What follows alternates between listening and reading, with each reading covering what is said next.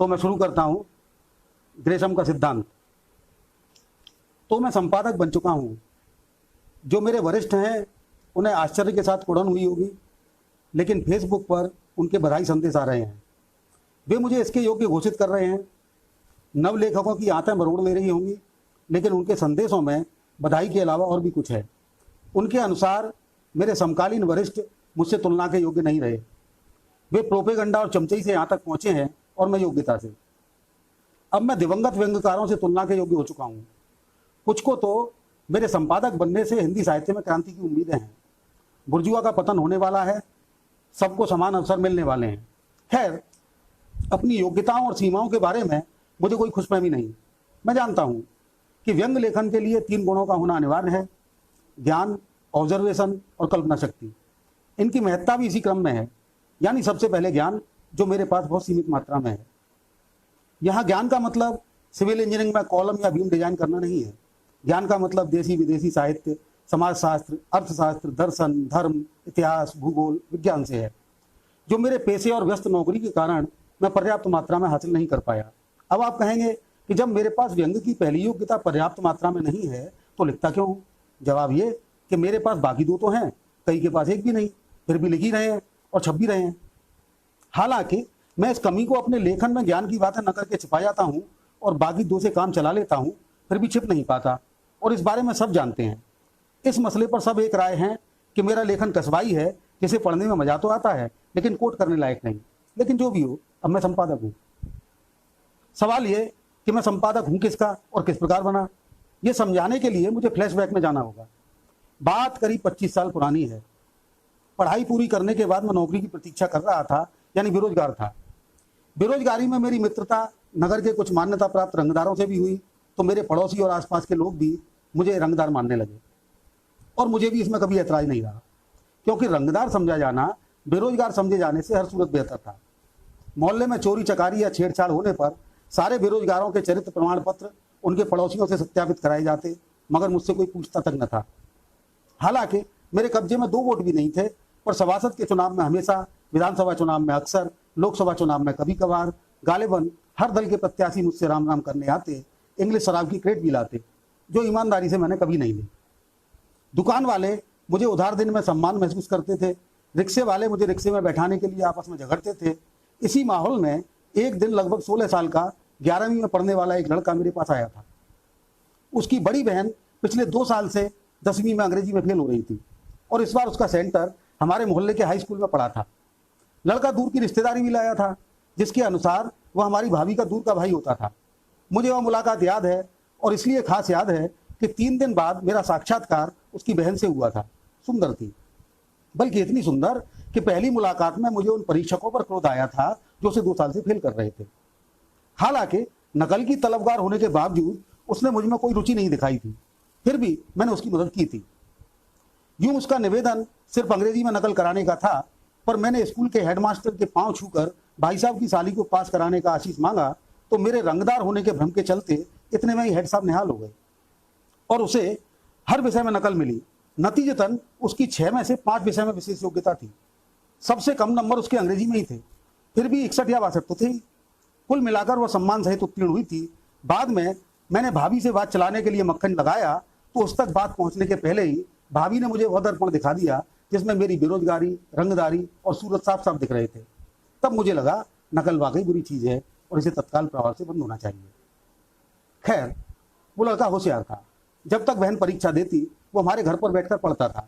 बाद में वो लड़का IAS बना, तो भाभी के पास भी कहने के लिए अपना राहुल आ गया था।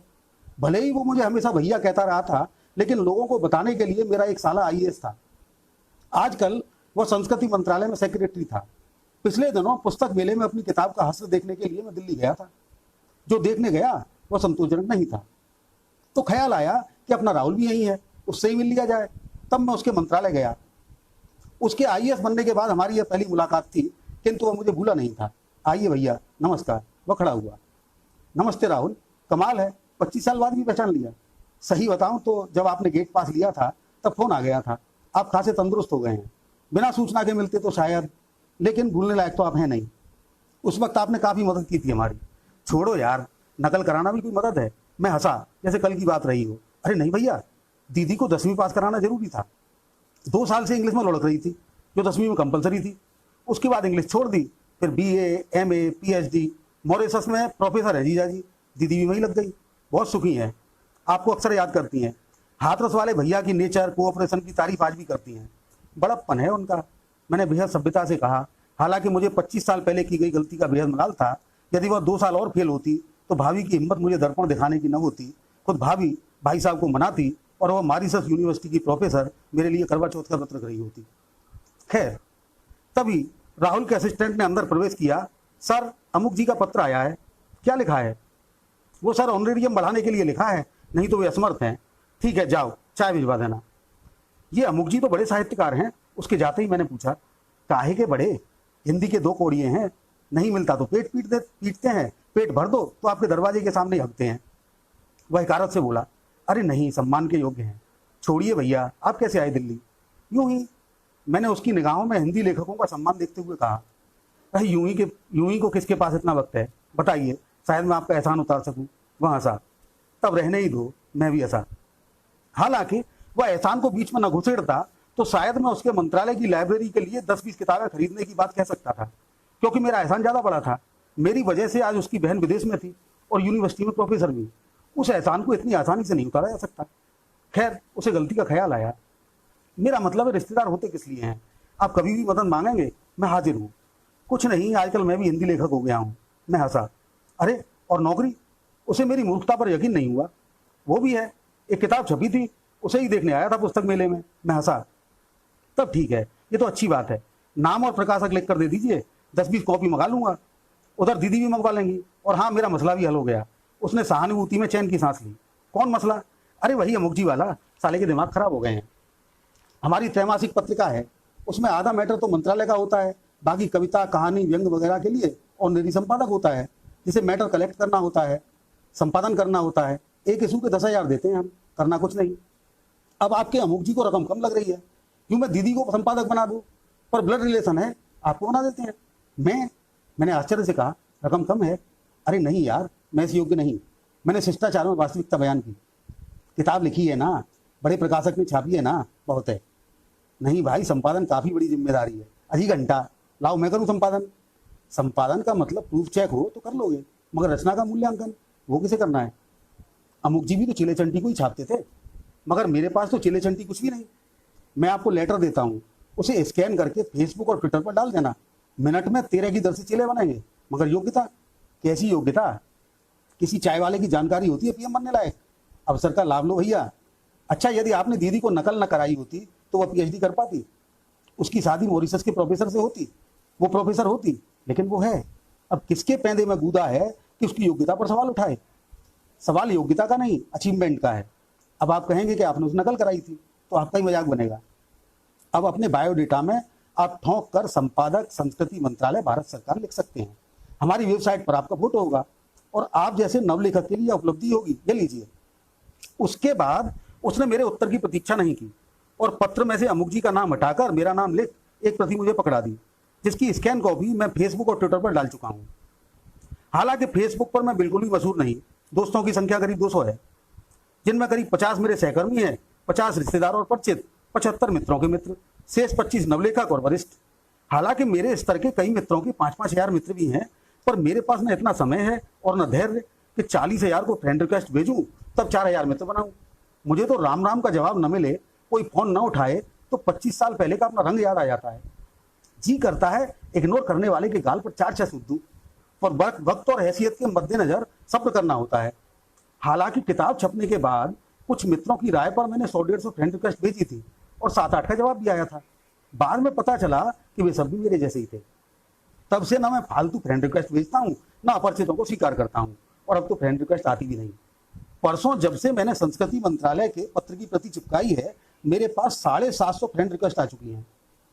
मेरे व्यंग जो फेसबुक पर मैंने डाले हैं और जिन्हें अधिकतम 12 लाइक मिलने का पिछला रिकॉर्ड था, उन पर लाइक 3 से 4 गुने हो गए हैं।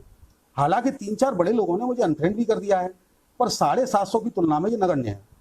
मैं संपादक हो चुका हूं। पिछले 2 दिन में मेरे पास 250 संदेश और 72 रचनाएं आ चुकी हैं। अभी डेडलाइन खत्म होने में 13 दिन बाकी है। ये संख्या कहां पहुंचेगी मुझे अंदाजा नहीं। लेकिन दिक्कत यह है कि 14 रचनाएं मेरे सहकर्मी, मित्र और रिश्तेदारों की हैं, अधिकतर कविताएं हैं। इनमें से किसी की हैसियत खत लिखता हूं, खतावार हूं, बीवी बच्चे मर गए, खुद बीमार हूं से अधिक नहीं। एक आध कहानी भी है जिसका प्लॉट टीवी सीरियल हमारी बहू ललिता के 72वें एपिसोड से 98% मेल खाता है। आप शक न करें कि मुझे सीरियल पसंद है। कुछ सीरियल खाने के वक्त भी आते हैं, आपके पास भागने का विकल्प भी नहीं होता। एक आध व्यंग भी है जो कई जगह से कट पेस्ट किया गया है और कुल मिलाकर यह हरे, शरद, शुक्ल जैसे किसी व्यंगकार का बन गया है और किसी मतलब का नहीं रहा। बेहतर था वह किसी एक का ही लिखा भेज देता और मेरे न पढ़ा होने की सूरत में मैं एक रिश्तेदार को तो ऑब्लाइज कर सकता था। मैं जानता हूं यही रचनाएं मुझे अधिक दुख देने वाली हैं। ये वे लोग हैं जिनकी रचना न छापने की सूरत में रचनाकार का सामना मुझे बार बार लगातार करना है और यह सामना कभी भी व्यक्तिगत शत्रुता के स्तर पर पहुंच सकता है। हालांकि मुझे मना करने का नैतिक साहस होना चाहिए, लेकिन हो नहीं सकता क्योंकि मैं भी व्यक्तिगत संबंधों से बना संपादक हूं। जो नवलेखकों या कवियों की रचनाएं हैं वे मैंने अभी देखी नहीं। उनके साथ लगे पत्र सभी पढ़ लिए हैं। इनमें से आधे लोगों ने मेरा सद्य प्रकाशित उपन्यास पूरा पढ़ा है, जबकि प्रकाशक के अनुसार अभी तक 40 प्रतियां ही लिखी हैं, जिनमें मैं जानता हूं कि 30 मेरे विभाग ने खरीदी हैं, 4 मेरे मित्रों ने। खैर, उन्होंने वाक्य कोट किए हैं तो मानना पड़ेगा, लेकिन उन्होंने जो वाक्य कोट किए हैं वे मेरे उपन्यास के सबसे साधारण वाक्यों में से हैं। अब आप कहेंगे कि जिन्हें मैं साधारण खुद स्वीकार कर रहा हूं वे वाक्य मैंने लिखे ही क्यों थे? भाई साहब, 400 पेज के उपन्यास का हर वाक्य कालिदास की सूक्ति तो नहीं हो सकता। खुद कालिदास का हर वाक्य सूक्ति नहीं। उपन्यास में बहुत अच्छे वाक्य भी थे, उनमें से एक भी कोट नहीं किया गया। मुझे याद आ रहा है मेरे उपन्यास की एक समीक्षा तथाकथित जी ने लिखी थी, जो एक मैगजीन में छपी हुई थी। चूंकि यह समीक्षा मेरे बहुत पीछे पड़ने पर लिखी गई थी, तथाकथित जी लिखना नहीं चाहते थे, इसलिए उन्होंने जानबूझकर बहुत साधारण वाक्य उठाए थे और एक आध वाक्य में संपादन की कलाकारी किताब छपने के बावजूद 2 शब्द अपनी मर्जी से जोड़कर कर दी थी, जिससे वह वाक्य घटिया और अश्लील लग रहा था। शर्त यह, इन सभी लोगों ने वह समीक्षा पढ़ ली है। नव लेखिकाओं ने फोटो भी भेजे हैं। इनमें कुछ फोटो बेहद मोहक हैं। ऐसा लग रहा है मानो मैंने किसी मॉडलिंग कंपनी की पत्रिका के लिए आवेदन मांगे हों। कुछ के पत्र प्रेम पत्र होने के काफी नजदीक हैं। यदि ये मेरी पत्नी के पल्ले पड़ जाएं तो भले मेरे डर से कुछ न कहे, पर मेरी गैर मौजूदगी में मेरी दराज अवश्य खोलना चाहेगी। इस सब से मेरी समझ में नहीं आ रहा कि हिंदी लेखन न जिसमें पैसा है, न प्रसिद्धि और न ग्लैमर, उसके लिए ऐसे फोटो, ऐसे निवेदन दिल पर पत्थर रखकर ही भेजे होंगे। जब दिल पर पत्थर ही रखना है तो मुंबई जाकर सीरियल अभिनेत्री का संघर्ष झेलने में क्या बुराई है? पुरुष लेखकों ने मेरी तारीफ के जो कृत्रिम पुल बांधे हैं उनसे मैं सहमत तो नहीं, प्रफुल्लित अवश्य हूं, लेकिन उन्हें यह मुगालता क्यों है कि एक सरकारी पत्रिका में छपने से वे मोहन राकेश या नागार्जुन बन जाएंगे? खैर, ये उनकी सरदर्दी है, मेरी तारीफ भी है। 13 दिन बाद मुझे रचनाओं का चयन करना है।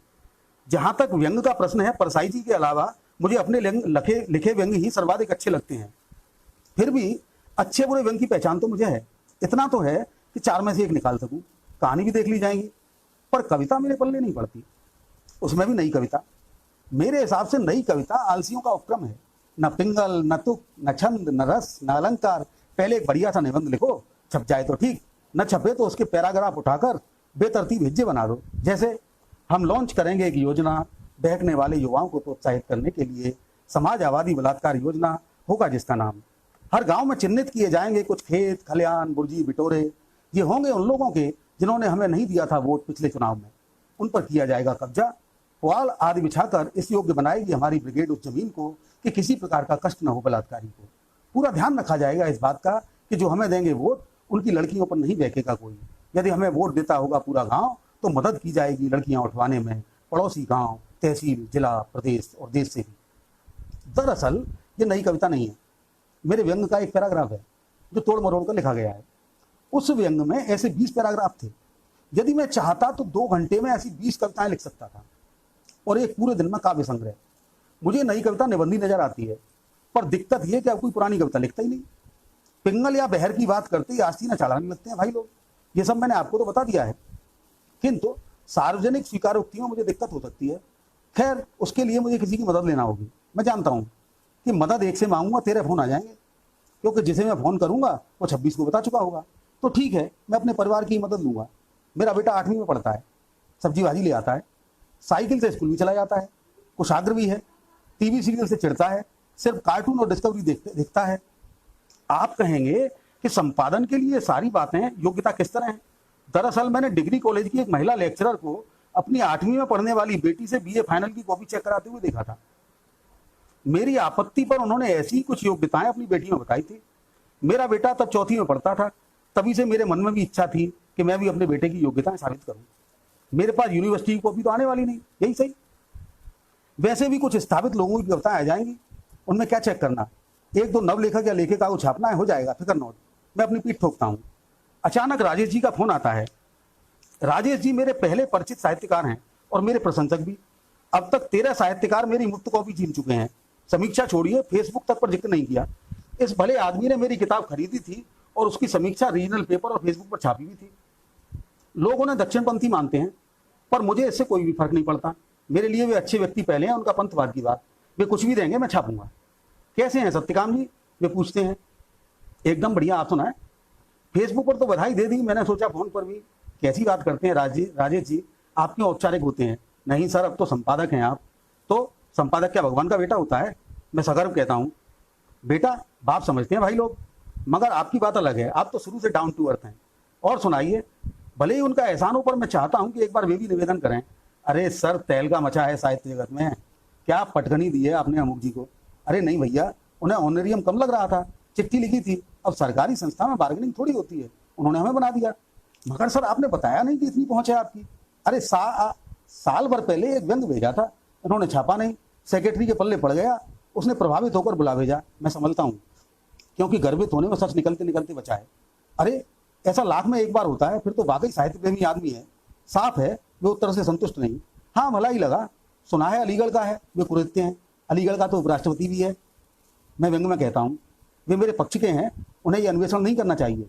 खैर बहुत कोड़े हुए हैं भाई लोग, कुछ ने तो आपको अनफ्रेंड भी कर दिया। वे हंसते हैं। अरे आपको भी पता चल गया? पता, हमें तो ये भी पता चल गया कि आपके खिलाफ मुहिम भी छिड़ी है। आपकी मैगजीन में सीनियर रचनाएं न भेजें। क्यों? क्योंकि आपने गलत तरीके से अमुक जी से पत्रिका छीनी। क्या गलत था भाई? उन्होंने असमर्थता जताई, मुझे अवसर मिला, मैंने लपक लिया। वे कहते हैं आपको अमुक जी से अनुमति लेनी चाहिए थी। अमुक जी मुझे जानते तक नहीं, तब अनुमति का क्या मतलब? यही तो जलन है सर, जिसे लोग ठीक से जानते तक नहीं वो संपादन करेगा। जानने से क्या, सवाल यह है कि सामने वाला योग्य है या नहीं। ये कहते हुए मेरी जुबान हल्के से कांपती है। अरे सर, आपकी योग्यता का मैं कायल हूं, पर स्थापित लोग माहौल बना रहे हैं आपके खिलाफ। रचनाएं नहीं देना है न दें, अपना ही नुकसान करेंगे। प्रेमचंद, जयशंकर प्रसाद और बच्चन की छापने से रोक लेंगे, मानदेय बचेगा। और इनसे अच्छा तो नए लोग लिख रहे हैं। वो तो है, मैंने भी एक कहानी भेजी है सर, आप कुछ भी भेजिए राजेश जी, स्पष्ट गाली गलौज न हो, सब छपेगा। ठीक सर, शुभकामनाएं। मैं लैपटॉप खोलता हूँ। 33 रचनाएं, 212 फ्रेंड रिक्वेस्ट, 22 बधाइयां और मिलती हैं। मैं स्वीकार करता हूँ। अब मुझे अपना काम शुरू कर देना चाहिए। मैं रचनाएं देखता हूँ तो 2 वरिष्ठ उनमें हैं। मैं बिना देखे राजेश जी के साथ उन्हें भी सिलेक्ट कर लेता हूँ। अब मैं रिजेक्शन करने वाला हूँ। पहले बिना पढ़े रिजेक्शन वाला साहित्य खोजता हूँ। ये पुस्तक मेले में मिला था, मगर उम्र में छोटा होने के बावजूद इसने नमस्ते नहीं की। इससे मैंने समीक्षा लिखने के लिए 3 बार कहा, पर इसने नहीं लिखी। इसकी बुआ मेरे पुस्तैनी गांव में शत्रु पक्ष में ब्याही है। इस लड़की की सूरत अच्छी नहीं, ये अमुक जी के स्टेटस पर हमेशा कमेंट करती है। ऐसे 42 कारण मैं खोज लेता हूँ और 42 लोगों को बिना देखे राइट टू रिजेक्ट के अधिकार का प्रयोग कर रिजेक्ट कर देता हूँ। फिर हर रचना की 2 लाइन या 1 पैरा पढ़कर 45 नवलेखकों को और रिजेक्ट कर देता हूँ। आज के लिए इतना काफी है। मैं सुबह सोकर उठता हूँ, राहुल का फोन आ जाता है। कैसे हैं भैया? अच्छा हूँ, काफी मैटर आ गया है। वो ठीक है, आज आप फ्री हैं, दिल्ली आ पाएंगे? तुम कहोगे तो आ जाऊंगा। तो आ जाइए। मैं 3 घंटे में दिल्ली पहुंचता हूँ। राहुल मेरा इंतजार कर रहा है। आइए भैया। वो घंटी बजाकर चाय का आदेश देता है। कुछ इमरजेंसी थी? कुछ खास नहीं, कहकर वो कुछ अखबार मेरी ओर बढ़ाता है। उन अखबार में कुछ खबरें हैं जिनमें संस्कृति मंत्रालय में चल रहे भ्रष्टाचार, खास तौर पर पत्रिका के संपादक को लेकर राहुल पर कीचड़ उछाला गया है। हेडिंग कुछ इस प्रकार है: संस्कृति मंत्रालय में संपादक की खरीद फरोख्त, जो लिखना नहीं जानते हुए बनेंगे संपादक। रिश्तेदारी निभा रहे सचिव महोदय। अरे मगर रिश्तेदारी का कैसे पता चला इन्हें? आप आए थे तब ऑफिस वालों के सामने भैया कहा था आपको, इनमें से किसी ने बका होगा। अब क्या अमुक जी को भी छलाना होगा? मतलब मैं आशंका से भयभीत होता हूँ। मतलब उसे भी इन्वॉल्व करना होगा। अब तुम बेइज्जती कराओगे यार, मैं असहाय होता हूँ। नहीं भैया, नेगोशिएशन करेंगे। मैं तो एक ही नेगोशिएशन जानता हूँ यार, जो हम ठेकेदारों से करते हैं। ये भी तो ठेकेदार है। वो हंसता है। कमाल है, तुम इतने बड़े अधिकारी 2 रुपए का अखबार से डर गए? मैं नहीं डरा, साला मंत्री पहुंच गया। कहता है इलेक्शन है। तुमने बताया नहीं कि अमुक जी ने चिट्ठी दी थी? बताया। वह कहता है अमुक जी ने मना किया तो उसकी बराबरी का विमुख जी पकड़ते तुमने तो रिश्तेदारी पकड़ लिया। रिश्तेदारी साबित करें भैया, वो पत्रकार हैं, कुछ भी साबित कर देंगे, गधे के सर पर सींग भी। फिर रिश्तेदारी तो है, एक बार हमारे और आपके गांव जाने की देर है, कुछ भी ले आएंगे। हो सकता है ये भी कि आपने दीदी को नकल कराई थी। उसके बाद जो ये हगेंगे ना, मैं बर्दाश्त कर पाऊंगा ना आप। यार प्रपोजल तो तुम्हारा ही था, मुझे ही कब खुजली थी संपादक बनने की, मैं खींचता हूँ। हाँ, मुझे पता नहीं था कि वो हरामी पत्रकार भी है। इन सालों ने हर जगह कब्जा किया हुआ है, अखबार, टीवी, साहित्य, राजनीति। खैर आपकी बेइज्जती नहीं होगी, बुलाया है उसे। चाय आ जाती है, थोड़ी देर मौन रहता है, हम चाय सड़कते हैं। अचानक अमुक जी अपने 2 चेलों के साथ अंदर घुसते हैं और नमस्कार सर कहकर बेफिक्री से कुर्सी पर जम जाते हैं। हालांकि वे मुझे किसी अन्य परिस्थिति में मिलते तो मैं चरण स्पर्श अवश्य करता, पर इस समय हम प्रतिद्वंदी हैं, मैं उनकी ओर देखता तक नहीं। बताएं सर, वे राहुल की ओर देखते हैं। बदले में राहुल उनके चेलों को अमुक जी समझ जाते हैं। तुम लोग बाहर बैठो, वे आदेश देते हैं। चेले निकल जाते हैं। आप सत्यकाम जी, राहुल मेरा परिचय कराता है।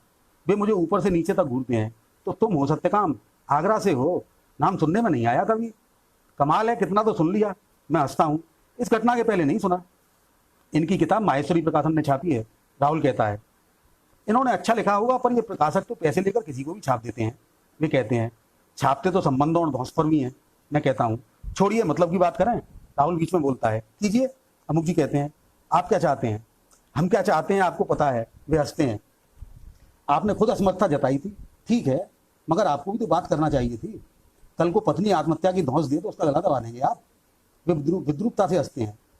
गला तो नहीं दबाएंगे, लेकिन विकल्प मौजूद हो तो मरने से रोकेंगे भी नहीं। अरे बड़े निष्ठुर हैं आप। वे खिलखिलाते हैं।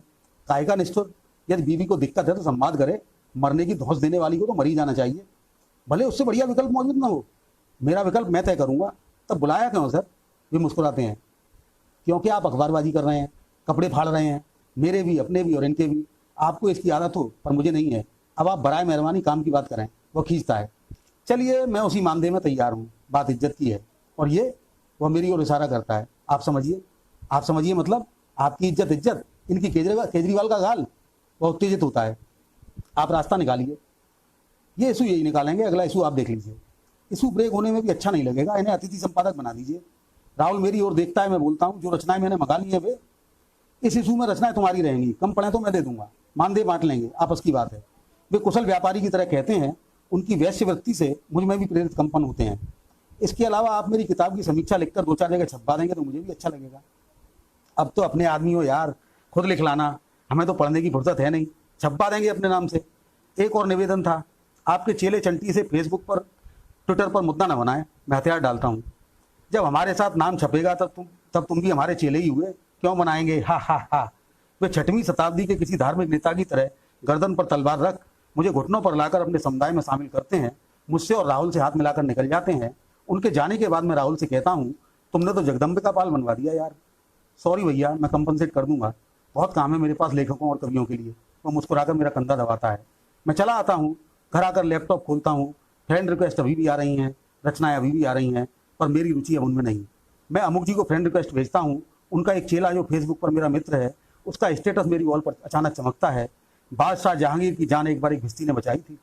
बदले में उसने बादशाह से एक दिन का राज्य मांगा और उसे एक दिन में उसने चमड़े के सिक्के चला दिए।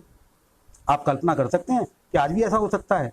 उस पर 300 लाइक हैं, 35 करीब कमेंट भी, जिनमें अमुक जी का भी कमेंट है, हा हा हा। साफ है कि अमुक जी वादा खिलाफी कर रहे हैं। मुझसे रहा नहीं जाता, मैं भी कमेंट करता हूँ। वैसे ये किस्सा शायद हुमायूं का है, लेकिन वो भिस्ती अपने समय से बहुत आगे था हुजूर। उसने चमड़े के सिक्के 16वीं शताब्दी में चलाकर बादशाह को अर्थशास्त्र समझाया था। बादशाह ना समझता तो इसमें भिस्ती का दोष नहीं। उस भिस्ती की सोच पर ही 21वीं शताब्दी में कागज की मुद्रा चल रही है, जो चमड़े से भी सस्ती है। मैं खींचते हुए ये लिखकर लैपटॉप बंद कर देता हूँ, पर उनका मुंह कभी बंद नहीं कर सकता, जो आइंदा वक्त में ग्रेसम को भी भिस्ती बताएंगे, जिसने कहा था बुरी मुद्रा अच्छी मुद्रा को चलन से बाहर कर देती है। धन्यवाद।